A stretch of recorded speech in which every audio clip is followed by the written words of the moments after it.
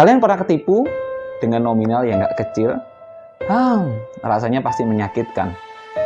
Ikuti video berikut supaya tahu bagaimana sih caranya tidak mudah ketipu.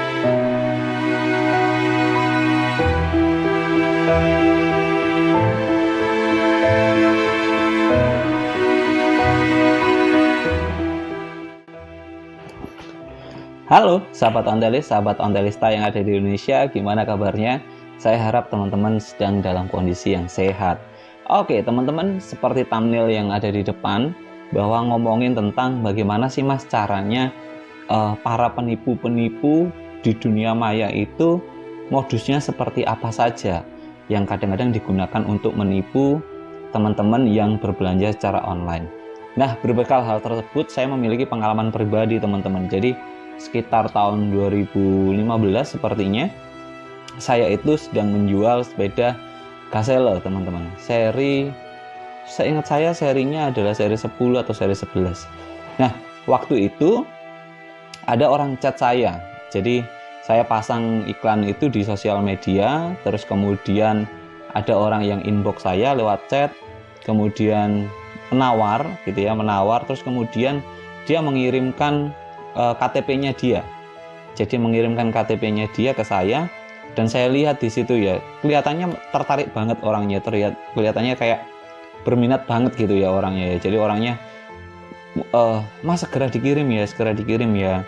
Nah, terus kemudian dia kirim KTP, saya lihat tuh di bawah KTP itu tulisannya adalah pekerjaannya adalah TNI teman-teman. Jadi dia pekerjaannya adalah TNI. Nah, namun waktu saya minta untuk transfer, beliau ini berkelit teman-teman, bulet aja gitu ya. Jadi saya tanya, mas kapan ditransfer gitu ya. Beliau menjawab, tunggu dulu barangnya sampai di pengiriman dulu, nanti saya akan transfer. Foto sudah saya kirim, video sudah saya kirim, terus kemudian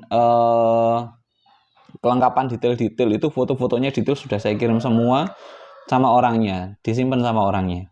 Nah, singkat cerita, saya sudah membawa sepeda itu di depan pengiriman teman-teman. Karena saya telepon nggak bisa-bisa orangnya, dan orangnya juga sama, belum transfer uang. Akhirnya dalam pikiran saya berpikir bahwa jangan-jangan orang ini nipu gitu ya. Ternyata betul teman-teman. Jadi orang tersebut tidak kunjung untuk transfer barangnya, dan puji Tuhannya sepeda saya itu belum jadi saya kirim ke alamat tersebut. Nah, singkat cerita, ternyata alamat yang diberikan oleh yang suka sepeda itu tadi, penawar itu tadi, itu adalah juga alamat palsu atau KTP palsu yang digunakan. Jadi KTP-nya orang tertentu gitu ya, yang diakuisi menjadi KTP-nya dan menawar barang sesuai dengan pura-puranya mau beli gitu ya. Jadi kalau saya jadi ngirim sepeda itu, orang yang dikirimi alamatnya juga bingung. Saya nggak merasa pesan apapun, saya nggak merasa beli apapun, kok dapat kiriman barang gitu ya. Nah seperti itu. Nggak cukup sampai di situ teman-teman. Ternyata foto yang sudah saya kirimkan tadi, banyak tadi, dimanfaatkan sama orang tersebut. Foto itu digunakan untuk menjebak orang lain lagi atas nama saya. Karena waktu itu saya juga mengirimkan biodata saya, KTP saya ke orang tersebut. Jadi orang itu tersebut berpura-pura jadi saya. Gitu ya. Dan itu gambarnya detail banget. Gitu ya. Sampai satu cerita teman saya chat ke saya, tanya, "Bro, nomormu ganti ta? Nomor WA-nya ganti enggak?" gitu ya. Jawab, "Enggak." Itu kenapa? Orangnya ngomong, "Loh, ini ada orang jualan sepeda atas nama kamu. Profil picture-nya sama, semuanya sama." Bahaya ya teman-teman ya. Jadi waktu saya kirimkan seperti itu, ternyata sama orangnya dipakai untuk nipu lagi. Nah, itu modus pertama teman-teman yang pernah saya alami. Modus kedua yang pernah saya alami, penipuan ya. Saya nggak tahu ini namanya penipuan atau tidak. Kedua itu adalah seperti ini. Jadi saya beli suatu barang, orang tersebut texting enak, ya diajak texting WA enak dan sebagainya. Singkat cerita, waktu dikirimkan, itu bukan barangnya teman-teman. Jadi di dalamnya itu hanya dikasih sebuah sendal. Saya beli barang dengan harga ratusan ribu, bahkan jutaan gitu ya. dalamnya diisi sendal. Tetap kalau saya minta nomor resinya ada nggak Mas? Ada, dikirim. Nomor resinya ada. Jadi nomor resinya ada, tapi isi barangnya itu nggak ada. Dan di dalam pengiriman orang tersebut itu kan hanya menyertakan nama, kota, nomor telepon. Nggak sedetail saat kita ngirimkan ke alamat tujuan. Ya sudah, orangnya saya hubungi berkali-kali, hilang, nggak bisa dihubungi lagi. Ya sudah, saya berpikir bahwa oh memang bukan rezeki saya gitu ya. Modus ketiga yang pernah saya alami, beli tapi nggak dikirim barangnya. Itu juga pernah. Saya beli satu barang A gitu ya misalkan, nggak dikirim-kirim sama orangnya. Ya dan itu bukan ratusan ribu, jutaan gitu ya. Nggak dikirim sama orangnya. Waduh, itu dihubungi lagi, orangnya sudah nggak bisa. Dan saya texting, ya udah nggak bisa, dia udah ganti account lain, nomor rekeningnya lain. Udah, ya sudahlah, uang itu melayang. Modus keempat yang pernah saya alami, masih banyak banget yang pernah ketipu. Iya teman-teman, saya udah banyak banget ketipu sehingga saya bisa menerangkan seperti ini gitu ya. Nah keempat itu barang datang nggak sesuai. Jadi barangnya datang, ternyata waktu dibolak-balik kondisinya tidak sesuai, pecah atau penjualnya nggak jujur ngomong itu hampir terjadi 4-5 kali ya kayak gitu ya.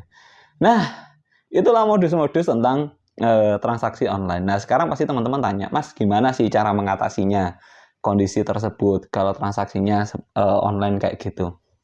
Satu, yang pertama, pastikan teman-teman semuanya itu membeli suatu barang ke orang yang terpercaya. Duh Mas gimana caranya orang terpercaya? Biasanya di beberapa tempat itu selalu punya ini teman-teman, selalu punya jaringan pecinta sepeda. Jadi misalkan saya ada orang yang jual tapi orang di Jogja, saya biasanya kontak Mas Lemus atau kontak Mas Marji, saya tanya, Mas apakah orang ini rekomendasi atau tidak, sehingga kalau seandainya orangnya ngomong oh nggak rekomendasi Mas orangnya, saya nggak kenal dan sebagainya, biasanya saya akan bayari orang untuk ngecek keberadaan alamat tersebut, bener nggak, jualan nggak, sebegitunya. Jadi lebih baik saya rugi 50.000, 100.000, tapi apa ya, barangnya nyampe rumah dan nggak ketipu. Itu yang pertama. Yang kedua, kalau alamatnya bisa jauh, teman-teman bisa video call. Jadi langsung aja lakukan video call kepada orangnya dan jangan lupa di screen capture. Ya, di screen capture fotonya orangnya saat kita video call. Ya, untuk mengantisipasi hal tersebut. Yang ketiga, biasanya teman-teman untuk mengatasi kalau kita mau belanja dan sebagainya, ada penggunaan rekening bersama teman-teman. Jadi di setiap grup biasanya di Ontel itu ada rekening bersama. Jadi teman-teman nggak usah bingung, teman-teman tinggal transfer ke narahubung gitu ya, narahubung atau yang menjadi rekber. Orangnya baru ngirim barang, kita baru transfer ke sana ke orang tersebut, barang sampai baru orang tersebut akan mentransfer balik ke orang yang bersangkutan. Jadi sama-sama aman. Kalau tidak dikirim, dikembalikan lagi kepada uangnya kepada kita. Di rekbernya seperti itu, rekening bersama. Itu teman-teman. Nah, solusinya gimana kalau tadi modusnya, solusi antisipasinya sekarang. Teman-teman, kalau upload video atau upload foto, sertakan juga nomor telepon pada foto-foto tersebut. Sehingga dengan sangat mudah untuk dilacak atau berikan watermark tertentu di foto tersebut. Sehingga orang yang mau gunakan foto-foto kita itu biasanya harus minta izin dulu ya, seperti itu. Bahkan saya pun juga sama, kalau seandainya mau jual beli, saya lebih ke arah kalau orang ingin detail, saya tunjukkan di video YouTube saya. Kenapa? Karena orangnya biar tahu persis kondisinya seperti apa, karena di setiap YouTube saya nggak pernah bohongi.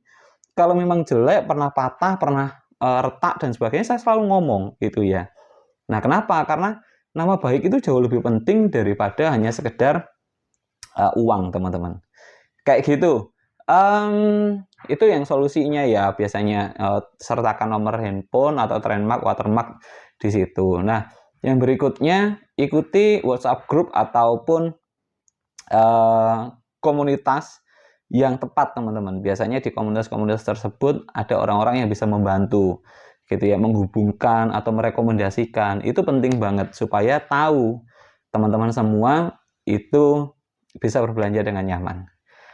Oke, itu saja teman-teman yang bisa saya sharekan. Semoga teman-teman nggak ketipu seperti saya, teman-teman juga nggak ngalamin nasib seperti saya gitu ya. Karena tapi bagi saya sih dari ketipu itu saya akhirnya menambah wawasan gitu ya, menambah ilmu pengetahuan buat saya supaya saya bisa berkarya lebih lagi dan tahu bagaimana caranya mengantisipasi.